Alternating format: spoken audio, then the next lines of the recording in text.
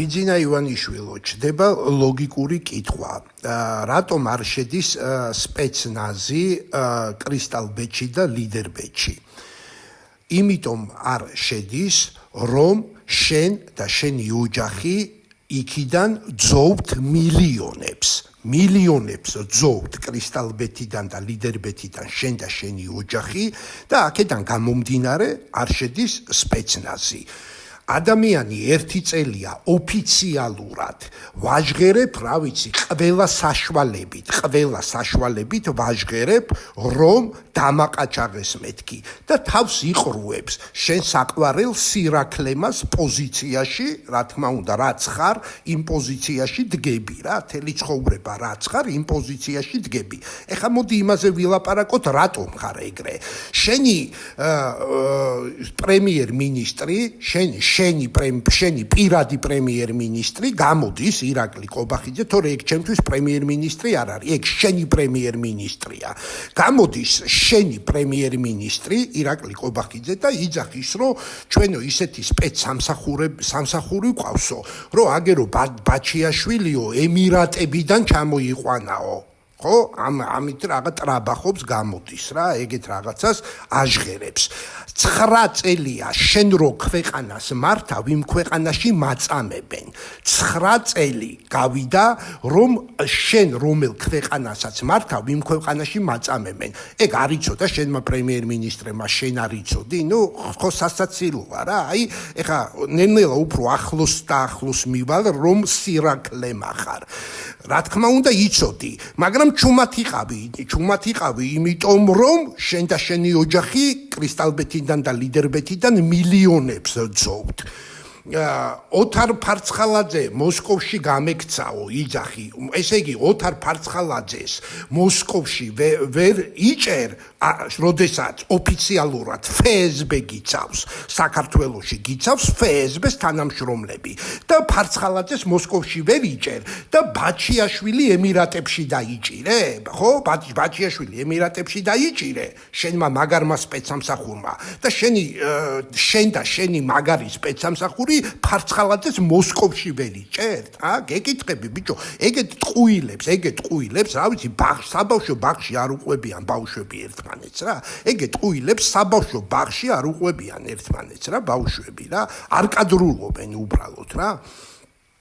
აქედან გამომდინარე, რომ ვამბობ, რომ რატომ არ შედის კრისტალბეთში და ლიდერბეთში სპეცნაზი და რატო არ იჭერ ამ ადამიანებს, რომლებიც არიან ოფიციალურად დასაჭერები, 1 წელია ოფიციალურად, 9 წელი ხომ მაწამებ.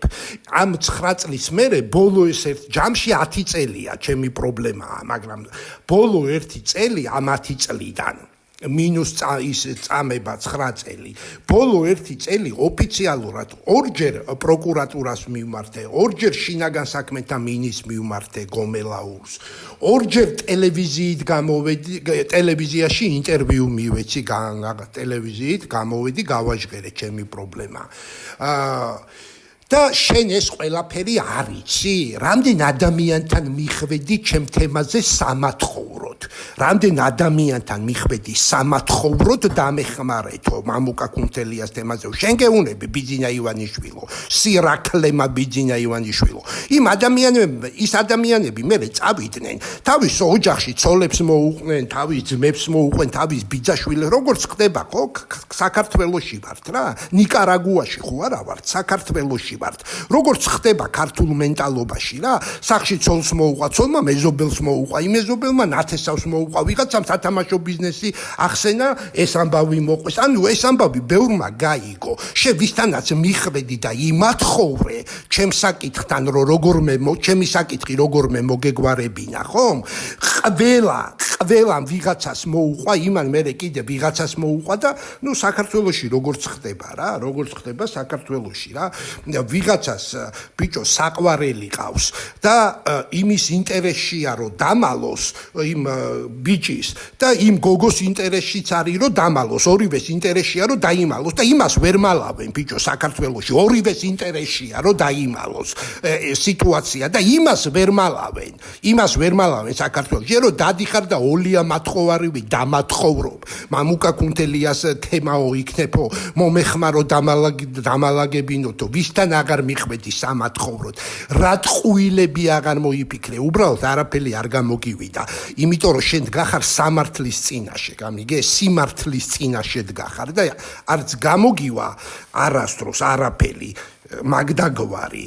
და ნუ რა ვიცი რა, მაგა კრისტალბეც და ლიდერბეც, ეხა იმედი აქვს, გამიგია, ეხა შენ ხარ რა, თქვენ ერთნაირები ხართ, ზუსტად ერთნაირები ხართ და აქედან გამომდინარე, მე ვერაფერს ვერ ვაკეთებ, თორემ დრო მოვა, რომ სამართალი იქნება გაიმარჯვებს, ესე ვთქვათ, საქართველოში და ეგ კრისტალბეთი და ლიდერბეთის პარტნიორები დიდი ხნით ციხეში ჩაჯდებიან. ეხა მაგათ აქვს თავისი ფულის იმედები, მაგრამ არსებობს ინსტანციები, სადაც ფულს საერთოდ მნიშვნელობა არ ეძლევა და ყურადღება არ ექცევა და ამ ინსტანციებიდან გამომდინარე, როდესაც საქართველოს დაემსგავსება, ეგენი ძალიან დიდი ხნით ციხეში ჩაჯდებიან.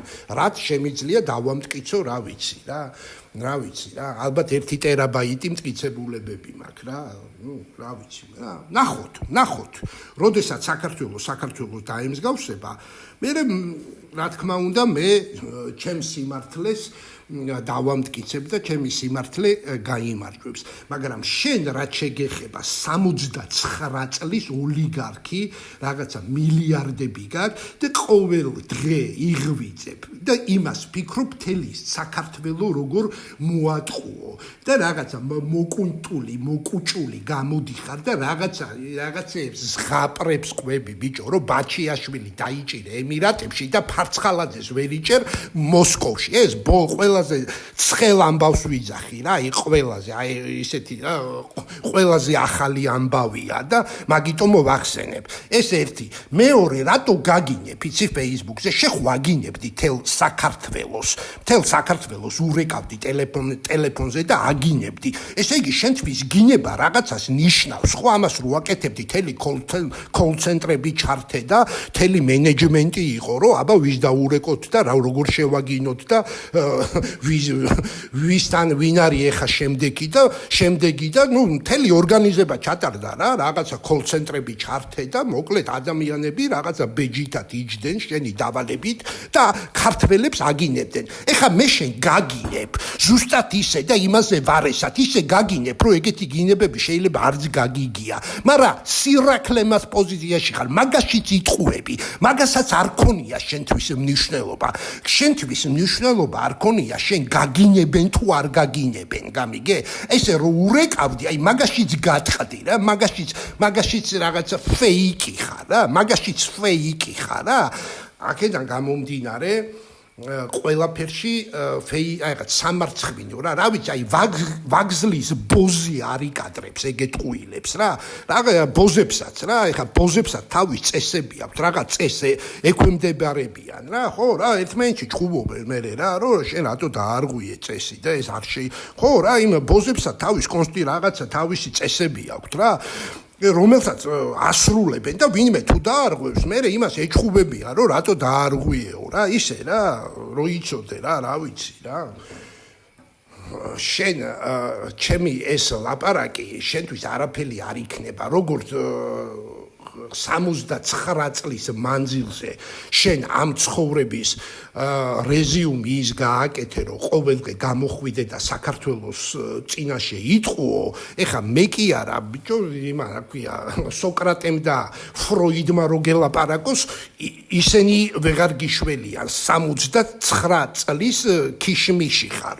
ეხა შენ ვიღამ უნდა გიშველოს, ეხა, ნუ რა ვიცი რა, ეგ უნდა აი ეგეთ რაღაცებზე უნდა გეფიქრა და მიმხვტარიყავი, რომ იყავი 12-14 წლის მაქსიმუმ. ეხა ხარ 69 წლის, გამიგე?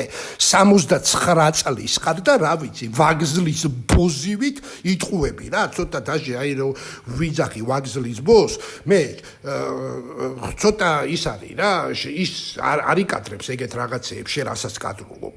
რავი, ჩემი ყველაფრით ვიძახი, ბევრი ვაგზლის ბოზი არ იკადრებს ისეთ რაღაცეებს, რასაც შენ კადრულობ რა, შენ ჩემ ცხოვრებაში შენზე მატყუარა ადამიანზე მე არაფერი არ გამიგია და არ მსმენია რა. შენ ვერავის ვერ შეგადარებ, გამიგე? შენ თუ შეგადარებ სხვას ვიღაცას მატყუარობაში, აი შენ თუ შეგადარებ, თორე შენ ვერავის ვერ შეგადარებ, იმიტომ რომ ჩემთვის და ჩემი ცხოვრებიდან გამომდინარე რაც მსმენია მატყუარებზე, მე შენნაირ მატყუარაზე აქამდე გაგებულიც არ მქონდა და რა ვიცი, ვერ წარმოვიდგენდი თუ იარსებები და რა, ვიღაცა რომ მოსულიყო და ეთქვა რომ 69 წლის მილიარდელი ოლიგარქი, აი ესე იმასავით, რა ქვია, ვაგზლის ბოზივით დგას და ყოველდღე რაღაცეებს იტყუებაო, უბრალოდ არ დავიჯერებდი რა, აქედან გამომდინარე შენ მე მატყუარობაში და აი შენი ტყუილებით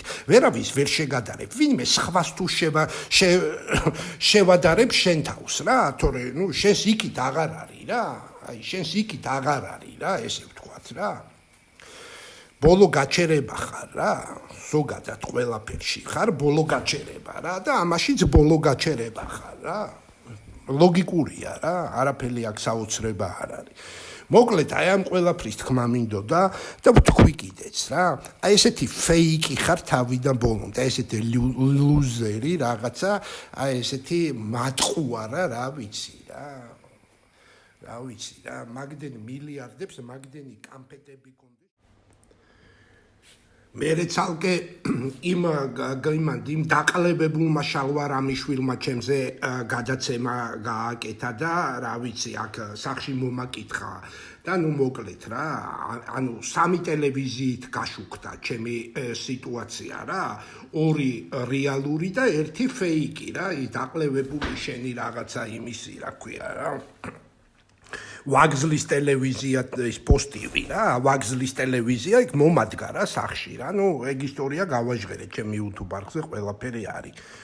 მოკლედ იმის თქმა მინდა რომ შენ ამ მილიონებს რო იღებ, ალბათ მიდიხარ და მე ბერას ახალ ფეხსაცმელს ყიდულობ რა.